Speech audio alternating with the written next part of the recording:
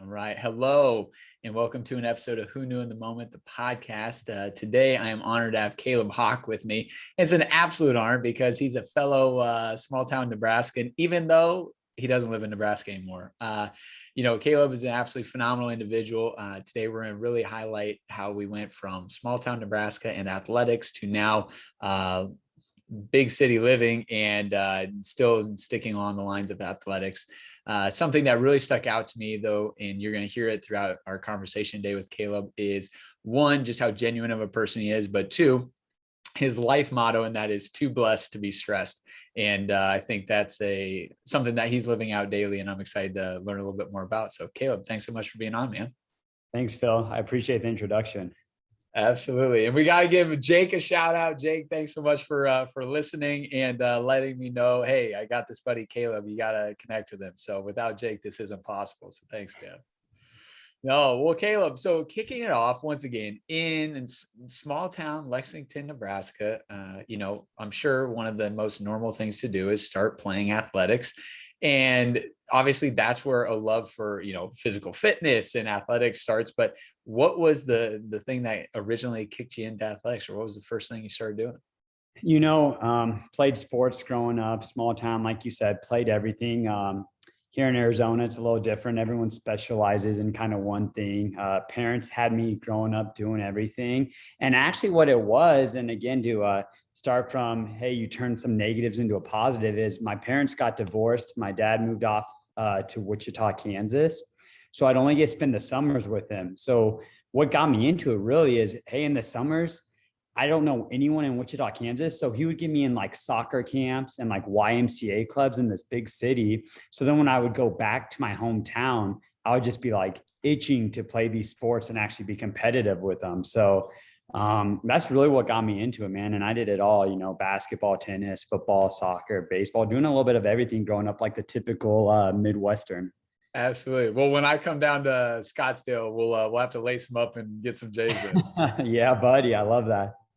Perfect. So you start having success in high school in the athletic realm, and you earn the opportunity to go compete in track and field in the college ranks. So talk a little bit about that. I mean, that's obviously a fun time of life where you're excelling in athletics and then, getting attention for that.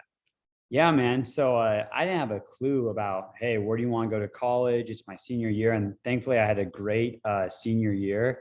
And I got some interest in some colleges with tennis and track. And ultimately Doane, who I knew was kind of a track powerhouse in the NAIA, as you know, coming from that same conference. And it was only 2 hours from home. I haven't been too far away from Nebraska. So I'm like, oh, I'm not going too far away from my family. And so that summer going up into college, I'm like, all right, it's time to buckle down. And this ain't high school anymore. You can't just kind of do the little things and get away with it. It's like, you got to go all in.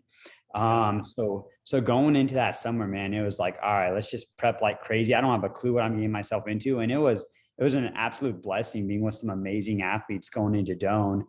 We had some Olympic guys even from other countries. So yeah, it was definitely overwhelming and definitely humbling at the same time. You bet. Now, while you're there, you decide, all right, maybe I'd like to pursue kind of training and exercise science as my career. And I mean, you must be just uber smart because Sky finishes up in 3 years. I think 5 is like the new normal. You say, hey, I'll do it in 3. And then you also get a grade, credential, right? And certification. So talk a little bit about that and how you ended up deciding that was a career path that you want to go down. I mean, I think like most incoming freshmen going into college, you don't have a clue what you want to do, So like most colleges, Doane was a liberal arts school. I just took a bunch of generals, kind of trying to figure out what I was interested in. And, I was working so hard to be the best track and field athlete I could be. It just kind of like went hand in hand. I was eating healthy. I was working out every day. I wasn't drinking at all. Not many people know this about me. Never had a sip of alcohol in my life. So just really trying to, preach that health and fitness and be the best I can be. And it started growing other people's attention, other classmates, other athletes in the school to start asking for advice and whatnot. And I'm like, hey, this is something I'm passionate about. why not make it my major? So, going into my second semester, my freshman year, I'm like, all right, let's go into exercise science and see what this is all about. And yeah, going into the credentials, there's this test called the CSCS. It's kind of the highest credential. You can work with athletes. It stands for Certified Strength and Conditioning Specialist. Kind of in the personal training realm, it's the cream of the crop certification. And in order to take it, you have to either be graduating that semester or already graduated in an exercise field in a 4-year degree. So I'm like, hey, I'm in my 3rd year. I have enough credits to graduate and I really want to take this test and see what I can make out of it, whether that's going into personal training or maybe I go to grad school and become an assistant strength and conditioning coach in a D1 school. And it worked hand in hand because all my classwork I was doing went with this textbook and this studying material. So yeah, I graduated in 3 years with probably one of the highest certs you could have. And it just gave me, going into that summer after I graduated, kind of free entry to anywhere I wanted to go in the for a starting point job in the fitness industry.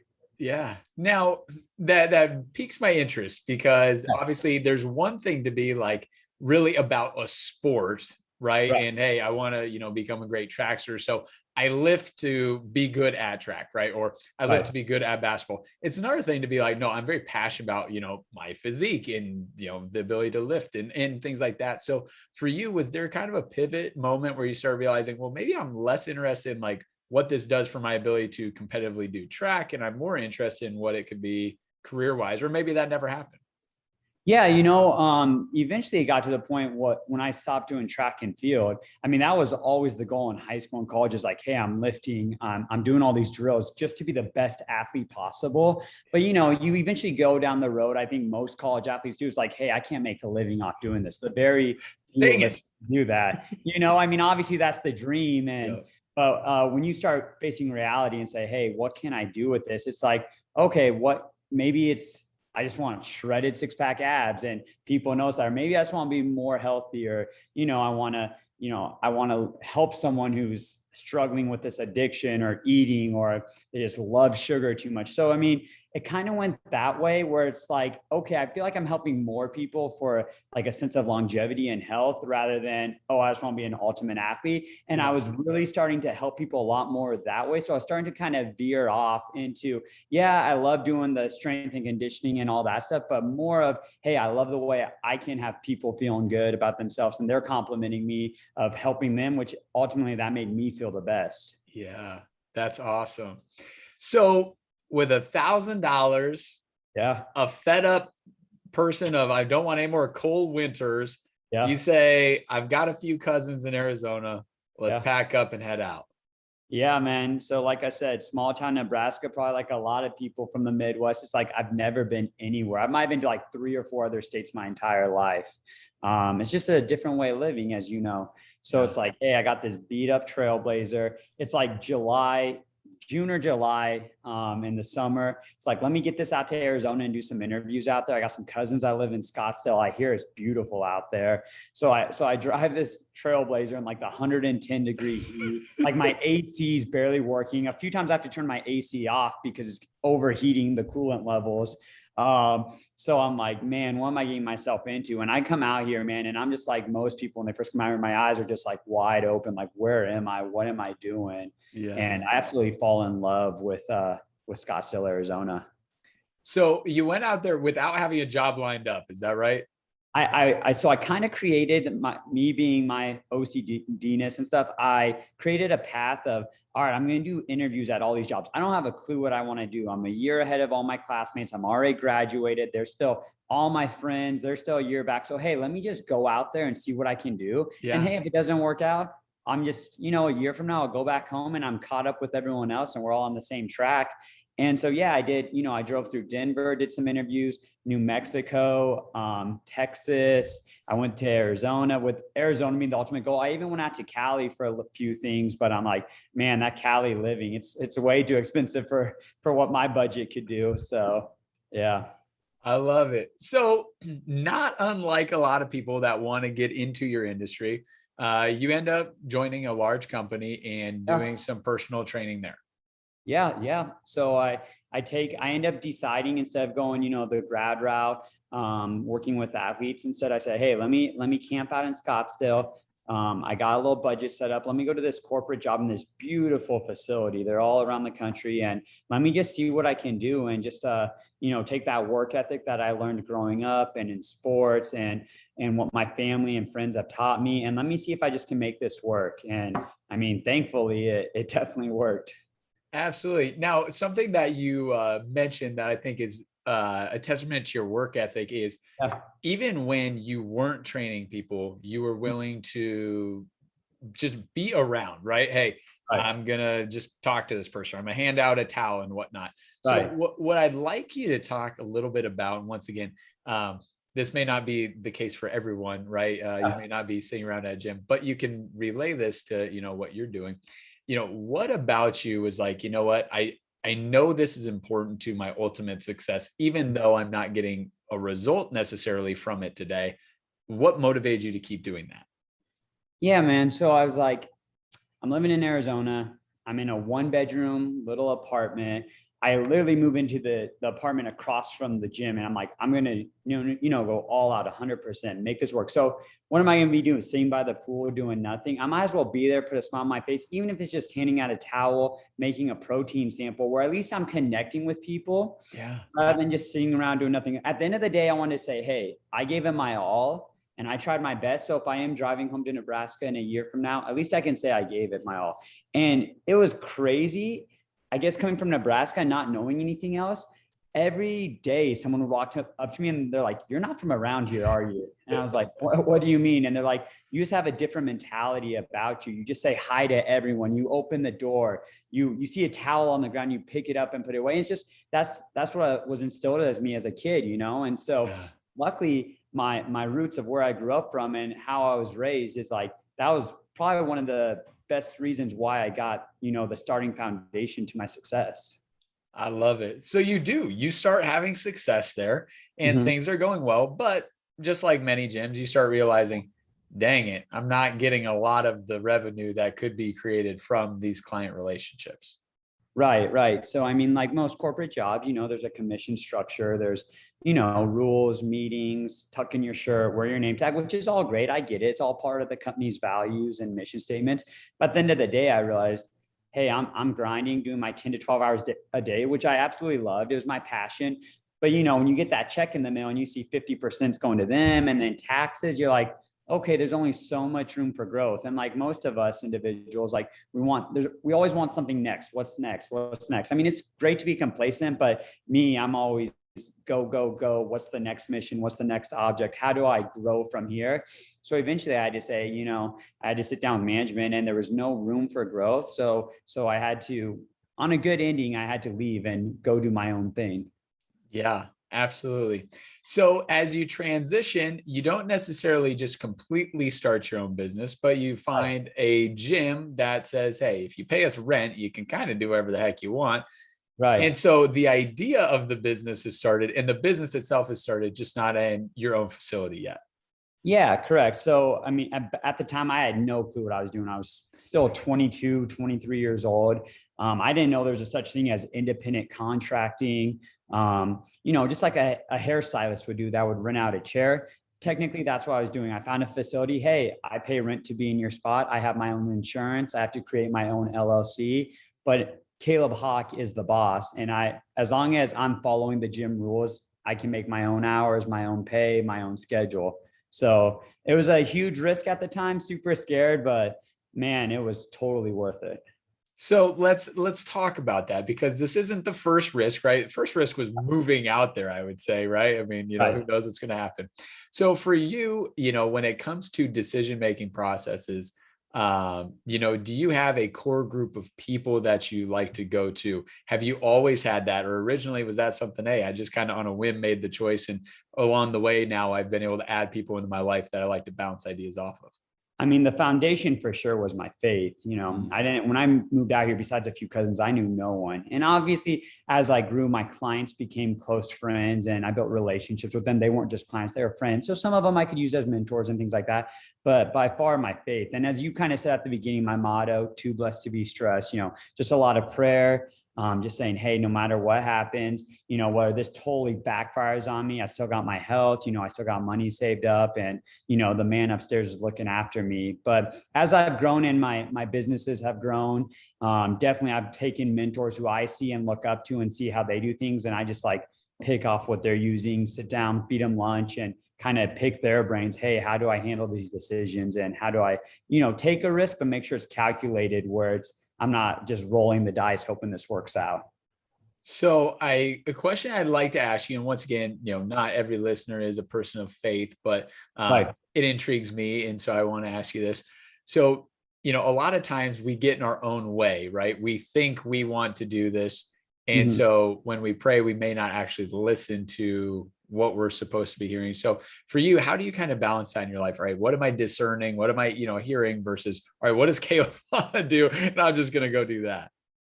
Right. Yeah. No, 100%, man. It's my faith has grown like crazy. And a big thing, and of course with my business name, which we haven't gone to, is a book I read by Tony Evans, which my mentor at my church, Travis Brown. He used to be the backup behind Peyton Manning with the Indianapolis Colts. He's one of our head pastors. He gave me this book called Kingdom Man by Tony Evans. He's the head priest or pastor for the Dallas Cowboys and some other sports teams. And it's kind of like, that's kind of how I built the foundation of my business. It just taught you, hey, no matter what you do in life, whether it's fitness, spiritual, family, friends, relationship, community, is like, just give all the glory to God and you're going to be fine. So, that was kind of my basis of, all right, Glory Gains personal training, which I ended up calling my personal training business when I made that move, is, hey, as long as everything I'm doing is for the glory of God, everything I achieve, all the accolades, everything, just keep giving him all the glory and not make it about myself. I know I'm going to be on the right track and he's going to keep feeding me more and more as long as my intentions are going the right way. So that was kind of where it's all been. And from day one, all the hard decisions I've made. And so definitely putting my faith as like the driver of where we're going. And yeah, it's all worked out. I love it. I love it. So to use the term glory gains, your Yeah. business starts gaining and growing, right? You're Yeah. gaining people that you're training, and you can't even do one-on-one sessions anymore. You got to start doing groups of 5, groups of 10 Yeah. to be able to fit all the people in. So at that point, you start thinking, all right, maybe I do want to get my own space. So I'm not just cannibalizing this guy's entire gym. Right. Yeah, no, again, going back from when I took that first jump and went off on my own, I'm kind of like, all right, I've been doing this for 2, 3 years. My business has grown from 30 people to 100 people. What's the next step? Where's the next growth in this? Yeah. And it's like, all right, Caleb, I think you need to open up your own space. And a lot of prayer, a lot of patience. I've learned to be super patient, even right now in the time of my life, just being super patient. And eventually, a spot finally did come through after waiting about 2 years. I'm like, all right, this is the right move. And so June 1st, 2017, I opened up, instead of Glory Gains personal training, we turned into Glory Gains Gym and opened up a 12,000 square foot facility up here in Scottsdale, Arizona. Yes. So one, it was cool. Caleb and I first got to connect on the 4-year anniversary. So I Yeah. appreciate him taking some time out of his day in celebration to connect. But so talk a little bit about that, because to your point, it wasn't like you found it, you're like, oh, this is perfect. You had found it once and it wasn't perfect yet. Right. Yeah, it was a 17,000 square foot volleyball academy, kind of for high-end volleyball teams, prep, high school, college. They did all these tournaments out of there. I'm like, oh, this place is amazing. 17,000 square feet with the cost of commercial real estate in Scottsdale, Arizona. I'm like, there is no way a small kid like me can afford this place. So I keep looking, keep being patient. There's a lot of little 6,000 square foot, 7,000 square foot facilities. I'm like, with what I'm envisioning, this isn't going to be enough, for the leases I'm going to sign. So then eventually my realtor called me up and said, hey, that volleyball place, they went under. The building next door took over 5,000 square feet to turn into like a baseball hitting complex. So now it's down at 12,000 square feet. Would you like to look at it? I'm like, we don't even need to look at it. Let's just sign the papers and let's get this before someone else takes it. So it was risky for sure. 12,000 square foot facility, just me, my clients. But it's like at the end of the day, again, just having that faith and knowing, hey, we're doing something special here and we're going to make a difference in our community. So yeah, that was 4 years ago. And it's definitely been a blessing the whole way through. Yeah. Well, and so the 12,000 square feet was obviously a risk, but then inside of your gym, you decided, well, you know what? I don't want to just have a normal gym, right? Like I want this place to be pristine. Right. So you go ahead and you say, well, we have to do things differently then. And hundreds of thousands of dollars of equipment and tens of Right. thousands of dollars to make it look the aesthetically way you want to. And we Yep. have Glory Gains Gym. So this is really the first time that you've got, I mean, essentially financial skin in the game, right? I mean, beforehand, obviously the paychecks were dependent on your own personal work, but this is the first time that you've got the financial skin in the game of loans. 100%. Yeah. And that's where it's like, okay, it's getting real risky. Now, you got interest rates, all that stuff. It's like, you got to make this work or else you might be crying home to mom back in Nebraska. So talk a little bit about that. I know you said, hey, there were some people that I met, personal Yep. training that were business minded and, maybe Mm, they gave you direction there, but yep. talk a little bit about that because once again, if you don't study business in school, and even if you do, this is a whole new world. So talk a little Mm. bit about some of the growing pains that go into the business owning and getting it all started there. Oh man, it felt like that first month opening up. It's like, you dream about owning your own gym, especially if you're a kid like me all into fitness and stuff. And you're like, oh, you just buy equipment, you paint the walls, and the gym's ready to go. But man, it's like every day I was looking at those bank accounts and statements, and it's like, oh, just dropping more money, more money, more money, all the little things, man. It was just insane. And you're like, that's where you just really got, the power of prayer. Just keep praying, be faithful, and be true to yourself and be like, all right, this is going to work. And yeah, it took a while. Like most businesses, people are going to tell you it takes a while to grow. But yeah, luckily with my business model, what I get the most success to is I found the right people to put in place with it, where it's like, yeah, our gym's beautiful and we have this great facility. But I got some other trainers in there, kind of to run like I used to run, where they would pay me rent to be out of there. That was kind of the whole business model. Hey, you be your own boss. I'm going to help you grow your business and be alongside and provide you the space and the kind of teach you how to do what I did. And let's just have you grow. And luckily, man, we started like month one, we had like 2, 3 trainers, and I had no other office tenants in there. And now 4 years later, we have 40 trainers and 5 office tenants. And it's like, hey, we need a bigger space because this place is getting packed. So it's just putting the right people in place that kind of, when I sit down with you, you belong in the same core values and beliefs. And that's kind of where I found my calling, where I've had these mentors that teach me of, hey, how to do things the right way, and you'll see success. Now I can kind of be that guy to these 40 trainers. And they say, hey, I see Caleb, with 200 plus clients, killing it every day and owning this beautiful gym. It's like, hey, this is how I did it. And I'm providing you guys the space. And, I've had 2 trainers go off and start their own gyms, and I'm with them 100% of the way. Hey, you need any help? Because again, I think we're just providing tons of value to our community. And I love to see those guys grow. Absolutely. So I don't know if this is the exact moment in the story, but since you just said that, we'll kind of parlay into this. You Okay. had 1 or 2 trainers that left and you said, hey, congrats. We were super excited about it. There might have been an original institution you had worked for that didn't necessarily say the same to you or feel the same way about you. Mhm. Yeah, man, that's probably one of the darkest days of my life, when I had this just random dude walk into my gym, and my front desk came up to me and said, "Hey, Caleb, there's this kind of weird, awkward guy up front calling for you, and he's just got a huge stack of papers." So I'm like, okay. So I go up there, and yeah, the corporation I used to work for, man, they were coming for us and gunning for us. A lot of the trainers chose, just like me, to leave out of there and come over to our facility. And yeah, it was a rough day for sure. And they came after us, and that's where it really came down to, where I had to stick to my foundation and what I believed in, knowing I wasn't doing anything wrong. And yeah, man, it was probably one of the scariest moments of my life to know, hey, we could lose it all, just because another company with a lot more money than us could just take it all away from us. Yeah. So I mean, I wouldn't even know what the first thing to do is there, but I mean, I'm sure, as you were drawing up contracts for, different leases and whatnot, you had worked with Yeah. an attorney. And so you're like, hey, none of this is really an issue, but I mean, Right. no process in the legal system is short. So I'm sure this gets, Hmm. drug out for a while. Talk just a little bit about that. And then just, the end all Yeah. result of it. Yeah, man. I would say shoot, just alone on me and some of the other trainers, we were going back and forth, just trying to negotiate. I mean, at the end of the day, no one wants to go to court. You waste a lot of time and a lot of money, So we're negotiating back and forth for at least 6 months.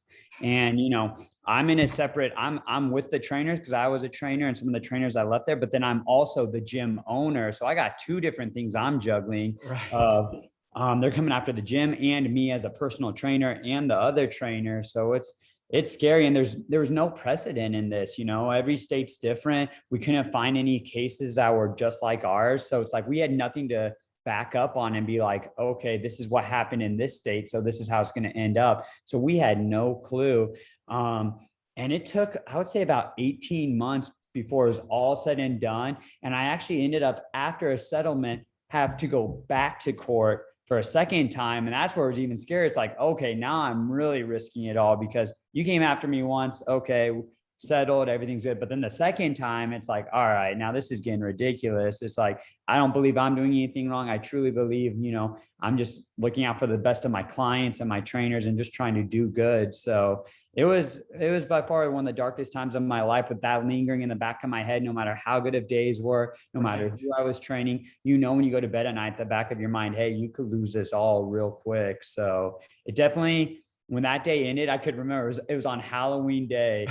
And I was driving home, and my attorney called me and said, hey, we're in the clear, everything's good. And oh man, it was just like a breath of fresh air. And I was just so pumped up. It's like, all right, this is done.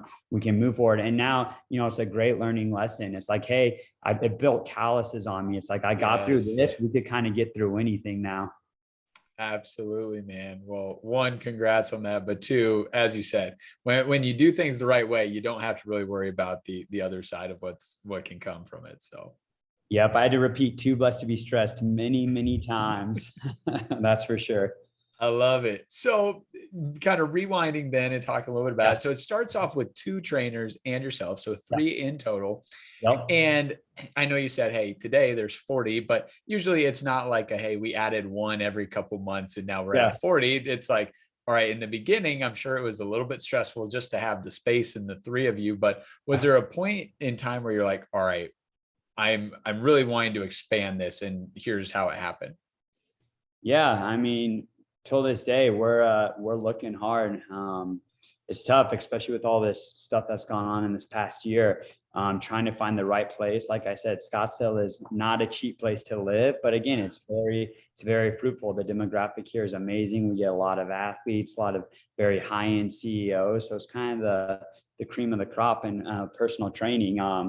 And we got a lot of great trainers in the Valley for sure. Just like me, Midwest kids, they want to be out here, So yeah, we're searching, we're constantly looking, trying to find that next big move. It's today, even I was looking around and I'm like, man, this is such a blessing, but we're like literally walking during some hours. We're like walking on top of each other. Like who would ever have thought 12,000 square feet would not be enough, right, for a personal trainer. So yeah, there wasn't an exact moment where it's like, all right, when I get this amount of trainers or this amount of members that we're going to start a new one. It's just like, it kind of hit. It's like one day I like opened my eyes. I'm like, man, we really need to find a bigger place. And again, great problems to have for sure. Better than the other way around where you have too much space. But, again, just like the first time around, it built those calluses. I know to be super patient. Keep praying about it, and when the right one comes, like we'll know for sure. Yeah.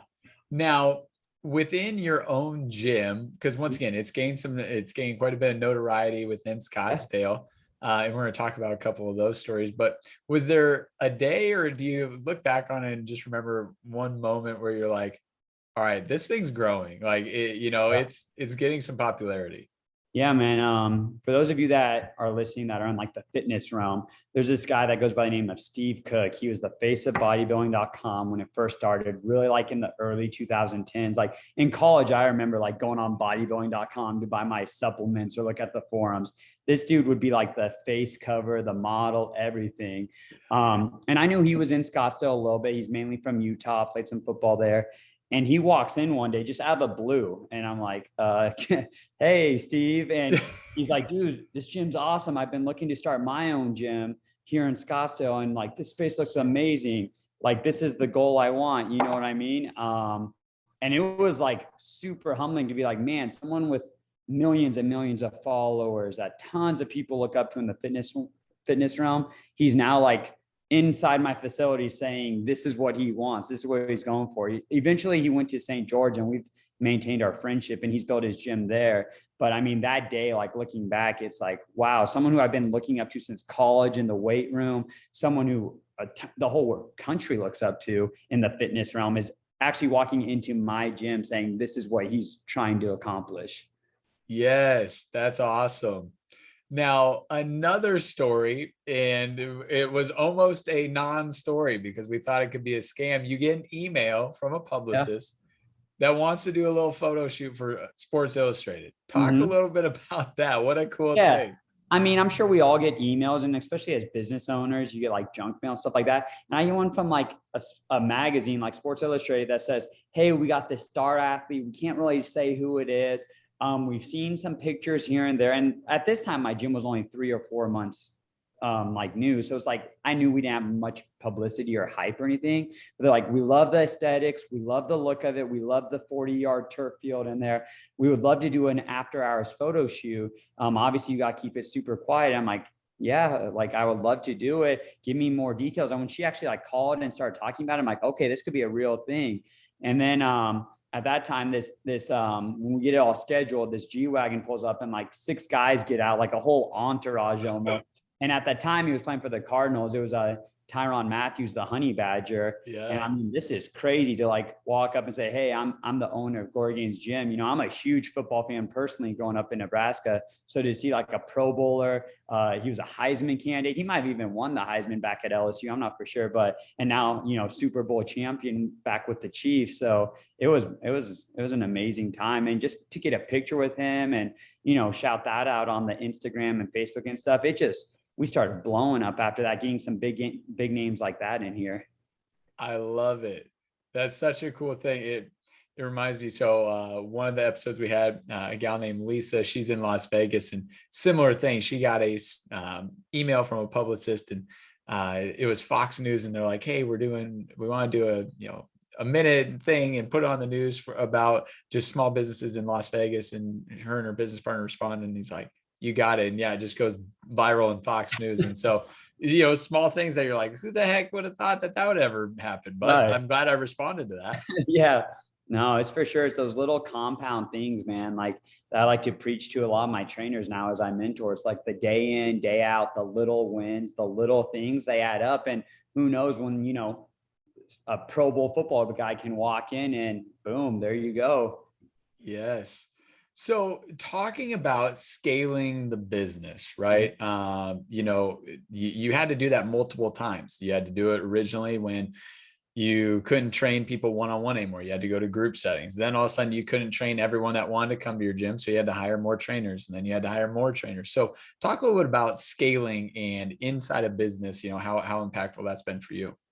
Yeah, man. I mean, a wise mentor is like, he always told me, he's like, Caleb, there's only one of you, but the only way you're going to be able to grow is if you figure out how to scale this model. And again, I'm not perfect. I'm still in the works of how can I scale this to a bigger version or a Glory Gains 2 somewhere else in the valley or a different city. But yeah, you definitely have to eventually stop being a control freak, which I am. I'm an OCD guy. I'm at the gym at 4 a.m. every day, making sure every weight's put away, every band's put away. That's just my tendencies. But you got to start putting trust in other people that you know have the same mindset and the same core values as you and are kind of along the same path as you. And you start letting them have control. And slowly but surely, I've started putting that in other people. You know, I leave for a week to go see one of my NFL guys or go on vacay where I can put this trainer to train my clients. When I first did that, I'd say, hey, you guys have the week off. Like, I don't trust my clients with anyone else, you know, or put an assistant manager in there when I'm not there. Put some front desk people in charge. It's definitely, it's scary, but there are things you have to do. That there's no way you can be there 24/7, 365, you know? So those are things I've definitely learned. And as we get bigger, as we look for these bigger spaces, it's definitely something I'm going to have to keep on practicing on to get better at. I love it. The second thing I want to ask you about, because you're a humble guy, is how you control the ego side of things, right? Because I mean, it'd be very easy for you to have this huge ego, and maybe you do, you just have a facade that covers up very nicely. No, I'm just kidding. But right, I mean, it could be very easy, right? I mean, man, I run this huge gym, I work with professional athletes, I work Yeah. with high-end celebrities and CEOs. I mean, talk a little bit about that and how you kind of keep the ego in control there. I mean, kind of through like all those things we've been talking about. One, besides the faith thing, in the Bible, they're always saying, humble yourself, humble yourself, humble yourself. So that was always just a huge foundation for me. But it's like some of this other stuff, man, is you see these NFL guys walk through and, everyone wants a picture with them, or these NBA guys. And it's like, you see some of these guys and they're just normal guys that just want to work out. And I'm like, if these guys are just trying to be cool and work out and not, brag about what car they're driving and stuff like that, it's like, there's no need for me to act that way too. You know what I mean? So Yep. pretty cool when I'm at the gym and you get new members. My whole goal is for them to know I'm not the owner. I don't want to walk, oh, there's the owner. I mean, especially when you're in Scottsdale, Arizona, it's a very flashy, showy place. What cars are you driving? What new houses did you get and stuff like that. So I think it's been an absolute blessing. Going back from why we all started talking is growing up in that small town, Nebraska, and kind of building my foundation of, hey, this is a good life out here, and bringing that and instilling with that to me, coming out here and having my faith and not letting it kind of corrupt me with some other things that could kind of push you off the path that you're going for, Yeah. So it's definitely, I moved to a bigger pond for sure, but it's like, hey, just keep the mindset you're still a small fish in the grand scheme of things. I like it. So for you, one thing that's important to you is your family. And so something that I thought was really cool is as people come into the gym, you like to get signatures and autographs and send them to someone in your family. Talk a little bit about that. That's pretty cool, man. Oh man, so growing up, man, the hardest thing for leaving is my family. When I left out, I had a little nephew at the time. He was like 3 years old. He was like my life, and my family, my sister, everyone. So growing up, man, he's loving sports. He's like most of us in the Midwest. He has all the jerseys, everything. So it's pretty cool. Like I can get him out here. Just recently in Phoenix right now, it's huge. We're in a playoff run right now, second round. We're playing, even tonight, we're playing the Denver Nuggets game 2. Yeah, buddy. So I got to fly him out here, and we went to game 1 against the Lakers, and you should have seen his eyes were so big seeing Anthony Davis and LeBron James, like doing little things like that. We got him out to the Waste Management Open, and I had one of my clients, Max Homa, sign a hat for him, and Ricky Fowler signed a golf ball for him. It's like little things like that, man. It just makes me so happy. And it's like, it's crazy to think like, how far we've come, and just from a small town kid doing this, but it's like, I really want to give that back, to my little nephew or his friends or things like that. It makes my day to see them light up, like, because growing up in Nebraska, you don't see anything like this. You don't get to see LeBron James 10 feet away. Yeah. So yeah, it's a pretty cool feeling, and giving back. It kind of makes me probably the happiest I can be is when I give it to that little guy. That's phenomenal. I love that. Now, there was another pretty, in my opinion, important person that you made publicly known that swung by the gym, and that's Tim Grover. Being a basketball guy, I mean, I've had just an absolute obsession with him for a long time. But how the heck that come to be? Oh man. So when I got reached out to him, I was like, oh, I can't believe Tim Grover, because coming from a personal training background, he's like your idol, your hero. He is the like cream of the crop, top trainer in the world. He's trained, as everyone knows, Michael Jordan, Kobe, Dwayne Wade, some of the best to ever do it. And his book, Relentless, I mean, well, now he's got his new book, Winning, but that was like a foundation. I think I've read that book 5 times of, instead of just being great, like be unstoppable, go that extra mile. So I train a few wives during the off season who play for the Cubs, Rizzo and Hayward, and they're and so I get to see them here and there, go out and eat dinner with them and stuff. And they're like, hey, our trainer back in Chicago, he's out here and needs a place to train us and stuff like that. Would you mind? And I'm like, yeah, no worries. Just tell them to reach out after hours. They got to be super safe with all this COVID stuff. Yeah. And they're like, cool. And then when he reached out, he's like, hey, Caleb, this is Tim Grover. And I'm like, what? This is insane. So, oh man. And going back to that humble talk you told about, the minute he walked in, he's the most humble guy in the world. And that's so great to see. It's like, this guy could be the cockiest dude ever. He's trained the greatest of all time. But instead he's like, man, your gym's beautiful. You run a great business. Like he was complimenting me and I'm like, this is insane. So, to get to actually sit down and talk with him for 10 to 15 minutes. I mean, this is a guy in the personal training industry, someone I've looked up to for years. So it was definitely kind of a bucket list thing to mark off to like, hey, you met the greatest, in my opinion, one of the greatest trainers of all time. Absolutely. Yeah. I mean, that guy's got a story, right? I mean, Right. crazy, all crazy. That's so cool. So I want to ask this very pointed question. It was something that, years ago was brought up to me. And I think, whenever I get the opportunity to sit down with people that are having success in their fields, I always love to know the answer. And the phrase is blissful dissatisfaction. And so it's the idea that as we achieve a certain goal, a lot of people plateau and they remain right there because they say, hey, I hit my goal. Then there's people like you and I, you alluded to this earlier, that, all right, I hit that goal, but now what? Like now I'm on to the next thing. And so sometimes because we're so focused on getting to the next goal and accomplishing that, we lose sight of, wow, I did accomplish this already. So for you, how do you balance that? How do you balance on like, hey, I'm proud of all the things I've already done, but I'm not losing my, desire to get to the next goal? I mean, it's definitely been, my girlfriend's been a blessing in disguise. We've been together for over 3 years now. She's actually a business owner inside my business, an esthetician, spray tan, all that good stuff. And she really puts me kind of like in check, like, hey, just step back and look at what you've done. Cause like we were just talking about, like Relentless by Tim Grover. It's like Michael Jordan would win a championship. And then that night he'd be like, all right, how do we prep for the next season? Like, that's definitely my mindset. It's like, all right, what's next? Who's the next client? Who's the next trainer I'm going to bring on board? Where's the next gym going to be? And it's definitely other people have to sit back and be like, hey, look what you've accomplished. Like sit back and enjoy it a little bit. Cause I think I agree. It's like, that's just kind of how you're built and wired. You're just go, go, go. What's next? What next? What's next? And so, yeah, definitely having her kind of hey, sit back, think this through, like how much we've accomplished. And, I've been out here for 9 years and I knew literally one person. And now to see what you've done, it's definitely something I need to practice, but having her around to kind of keep me in check helps a lot. Yeah, man. Well, your story is fascinating, as I knew it would be, and I appreciate you, being willing to share that with us. I'm going to make you promise two things. One, when I'm in Scottsdale, I can swing by, and two, that we get to record again in, like, we'll say 3 years, when who knows where Glory Gains is going to be. There's probably going to be like 4 or 5 of them in the country already. Oh, I'd love that, Phil, for sure, man. Awesome, brother. Well, hey, appreciate the time again. Thank you, brother. God bless.